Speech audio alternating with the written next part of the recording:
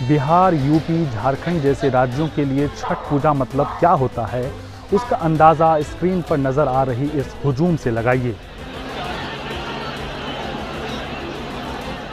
हालत यह है कि इन दिनों रेल से सफ़र करने वाले दूसरे यात्री भी प्लेटफॉर्म पर फैली इस कुव्यवस्था का शिकार हो रहे हैं। यात्री परेशान होकर ट्वीट कर रहे हैं, इस उम्मीद में कि शायद इससे ही कोई रास्ता निकल जाए, लेकिन हालात हैं कि बदलने का नाम ही नहीं ले रहा। निशा चौबे नाम की एक ट्विटर यूजर ने अहमदाबाद रेलवे स्टेशन के प्लेटफॉर्म संख्या 9 की फोटो शेयर करते हुए लिखा है, दिवाली और छठ पूजा के दौरान एक्सप्रेस ट्रेनों की यह कैसी स्थिति हो जाती है। प्रत्येक साल का यही हाल है। क्या त्योहारों के दौरान भारतीय रेलवे को पर्याप्त संख्या में विशेष ट्रेन नहीं चलानी चाहिए ताकि यात्री सम्मानजनक और सुरक्षित यात्रा कर सके? यह अलग बात है कि इस आपदा में भी राजनीति चमकाने का अवसर तलाशने वाले लोग अपने आंख कान बंद कर मोदी सरकार की पीठ थपथपाने से पीछे नहीं हटते। कहाँ तो 2022 तक देश में बुलेट ट्रेन को धराधर दौड़ाने का वादा था, लेकिन अब तक ट्रेन में मिलने वाली सुविधा तो छोड़ दीजिए, यात्रियों को सम्मानजनक तरीके से यात्रा करने की सुविधा भी नहीं मिली है। नमस्कार, मैं दीपक सिंह सरोची। वैसे तो एक दर्शक और पाठक होने के नाते आपने हेडलाइन के तौर पर कई खुशखबरी सुनी होगी, जैसे कि छठ पूजा पर बिहार आना हुआ आसान, 124 पूजा स्पेशल ट्रेन चलाएगी रेलवे। देखें पूरी लिस्ट। बिहार जाने वाले रेल यात्रियों को खुशखबरी, छठ पूजा पर 2 अनारक्षित सुपरफास्ट स्पेशल ट्रेन। छठ पूजा पर रेलवे की तरफ से खुशखबरी, 250 से अधिक स्पेशल ट्रेन। लेकिन इस हेडलाइन से छठ पूजा पर घर जाने वाले लोगों की तकलीफें कम हो गईं। बिहार सरकार ने भी ट्वीट करते हुए लोगों तक यह बात पहुंचा दी कि बिहार आ रहे लोगों की कठिनाइयों को देखते हुए उनकी तरफ से केंद्र सरकार से और भी स्पेशल ट्रेन चलाने का अनुरोध किया जा रहा है, ताकि यात्री हैजल फ्री यानी कि परेशानी मुक्त यात्रा कर सके। वहीं केंद्र सरकार की तरफ से केंद्रीय मंत्री गिरिराज सिंह ने बिहार का प्रतिनिधित्व करते हुए अपने ट्विटर हैंडल पर मोदी सरकार को धन्यवाद देते हुए लिखा, छठ महापर्व पर श्रद्धालु अपने घर पहुंच सके, इसके लिए मोदी सरकार बहुत संवेदनशील है। देश के विभिन्न शहरों से बिहार आने वाले और त्योहार के बाद लौटने वाले यात्रियों की सुविधा को ध्यान में रखते हुए पूर्व मध्य रेलवे के विभिन्न स्टेशनों के लिए 124 पूजा विशेष ट्रेनें संचालित की जा रही हैं। वहीं रेल मंत्री अश्विनी वैष्णव ने अपने ट्विटर हैंडल पर इस बात की घोषणा कर दी कि छठ पूजा पर यात्रियों की भीड़ को देखते हुए 36,59,000 एक्स्ट्रा बर्थ की व्यवस्था कर दी गई है। इस तरह ट्विटर पर लोगों की शिकायत उठी। ट्विटर पर ही बिहार सरकार ने मामला केंद्र सरकार के संज्ञान में दे दिया। ट्वीट कर ही बीजेपी सांसद गिरिराज सिंह ने पीएम मोदी का धन्यवाद भी कर दिया और ट्विटर पर ही रेल मंत्री ने बता दिया कि उनके द्वारा अथक प्रयास किए जा रहे हैं। पहले लोग सामाजिक हुआ करते थे, इन दिनों लोग ट्विटिक हो गए हैं। ट्विटिक शब्द को मैंने गढ़ा है। इसका मतलब होता है जो ट्विटर को अपनी ही दुनिया समझते हैं और उसी आधार पर देश दुनिया के बारे में राय बनाते हैं। खबरों में पॉजिटिविटी ढूंढने वाले दर्शकों के लिए आज का बुलेटिन समाप्त। लेकिन अगर आप छठ पूजा के दौरान रेल यात्रियों को हो रही कठिनाइयों की असल कहानी जानना चाहते हैं तो बने रहिए इस कार्यक्रम में, जिसका नाम है मसला क्या है।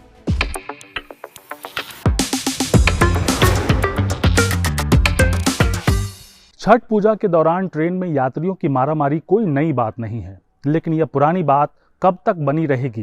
केंद्र सरकार समेत सभी राज्यों के लोगों को भी ठीक से ज्ञात है कि छठ पूजा के दौरान बिहार, यूपी के लोग अपने राज्य वापस जाते ही हैं। इतना ही नहीं, लोगों में इस बात का इतना असर है कि छठ पूजा के दौरान अन्य राज्यों के लोग ट्रेन में यात्रा करने से भी बचते हैं। फिर क्या वजह है कि 8 साल पुरानी केंद्र सरकार इस बात को समझ नहीं पा रही है? और अगर समझ नहीं पा रही है तो फिर स्पेशल ट्रेन क्यों चला रही है? बुधवार को केंद्रीय रेल मंत्री अश्विनी वैष्णव ने जानकारी देते हुए बताया कि शुक्रवार से छठ पूजा के लिए देश भर में भारतीय रेलवे ने करीब 250 से अधिक ट्रेनें शुरू की हैं। इससे लगभग 1.4 लाख बर्थ लोगों की यात्रा के लिए उपलब्ध होंगे। इसका मतलब है सरकारें समझ तो रही हैं, फिर बिहार, यूपी के लोगों को नजरअंदाज क्यों किया जा रहा है? प्रांजलि सिंह नाम की एक यूजर अपने ट्विटर हैंडल पर लिखती हैं कि 3 सालों के बाद वह और उनका पूरा परिवार एक साथ छठ पूजा मनाने अपने घर जाना चाहती हैं, लेकिन किसी भी ट्रेन में टिकट अवेलेबल नहीं है।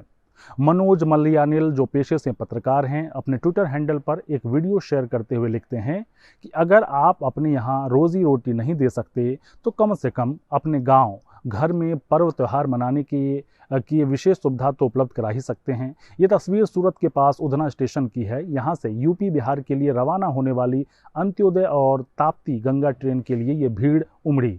एक बार यह वीडियो भी देख लीजिए।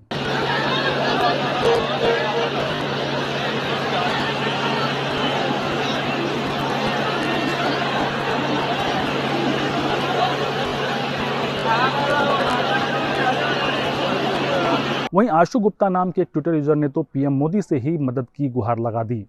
वो लिखते हैं, प्रिय प्रधानमंत्री जी, बिहार जाने के लिए एक ऐसी ट्रेन की व्यवस्था कीजिए जिसमें यात्री कम से कम खड़े होकर तो जा ही सकें। आप बिहार यूपी के लोगों के लिए छठ पूजा का महत्व तो जानते ही होंगे। इस महापर्व में सभी लोग अपने घर जाना चाहते हैं। मैं जिस ट्रेन में हूं उसकी कुछ तस्वीरें भेज रहा हूं, आप खुद ही इसे देखिए। लोगों के लिए खड़े होने तक की जगह नहीं है, प्लीज आप कुछ कीजिए। एक और तस्वीर देखिए, उत्तर प्रदेश के मुरादाबाद रेलवे स्टेशन पर खड़ी एक ट्रेन की तस्वीर है। देखिए किस तरह लोग ट्रेन कोच में ठूंसे हुए हैं। यह दिवाली से पहले की तस्वीर है।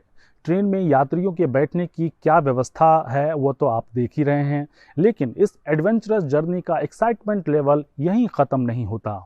ट्रेन लेट भी चल रही हैं, 6 घंटे लेट। सोचिए, जिस ट्रेन में बाथरूम तक यात्रियों से भरे हुए हों वह ट्रेन 6 घंटे लेट चल रही है। इन ट्रेन में यात्रा कर रही महिलाओं और बच्चों की परेशानी को इन तस्वीरों के साथ थोड़ी देर अपनी आंखें बंद कर महसूस कीजिए और खुद ही बताइए कि भारतीय रेलवे को अपनी कुव्यवस्था के लिए इन यात्रियों से माफ़ी मांगते हुए दोगुना जुर्माना क्यों नहीं भरना चाहिए। मंतोष कुमार नाम के एक यात्री ने अपने ट्विटर हैंडल पर एक वीडियो शेयर किया है। यह भारत पाक बंटवारे के समय का दृश्य नहीं है, यह 23 अक्टूबर 2022 की तस्वीर है। लोग ऐसे ठूंसे हैं कि कोई अपनी जगह से हिल भी नहीं सकता। ऐसा लग रहा है बिहार यूपी जाने वाले लोगों को 2 दिनों के लिए काला पानी की सजा दे दी गई है। आप दर्शक इस वीडियो को देखिए और पहेली बुझाएं कि अगर किसी यात्री को X से Y तक की दूरी तय करनी हो तो कितना समय लगेगा।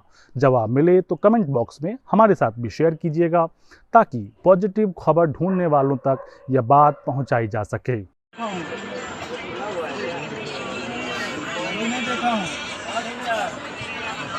केशव कौशिक नाम के एक अन्य यूजर ने भी कुछ ऐसी ही तस्वीर भेजी है। एक बार उसे भी देखिए और फिर पहेली भी बुझाइए कि अगर किसी यात्री को X से Y तक की दूरी तय करनी हो तो कितना समय लगेगा।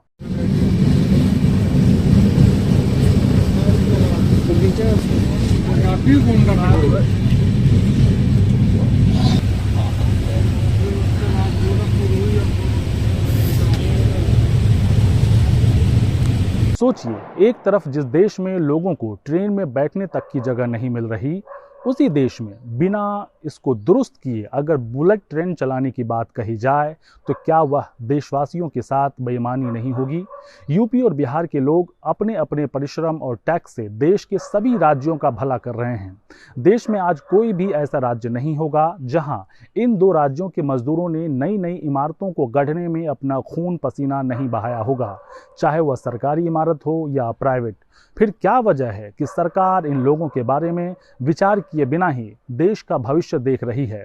मीडिया रिपोर्ट्स के मुताबिक बुलेट ट्रेन प्रोजेक्ट की अनुमानित लागत बढ़कर 1.60 लाख करोड़ रुपए तक पहुंच गई है, जो 2015 तक 1.08 लाख करोड़ रुपए की थी।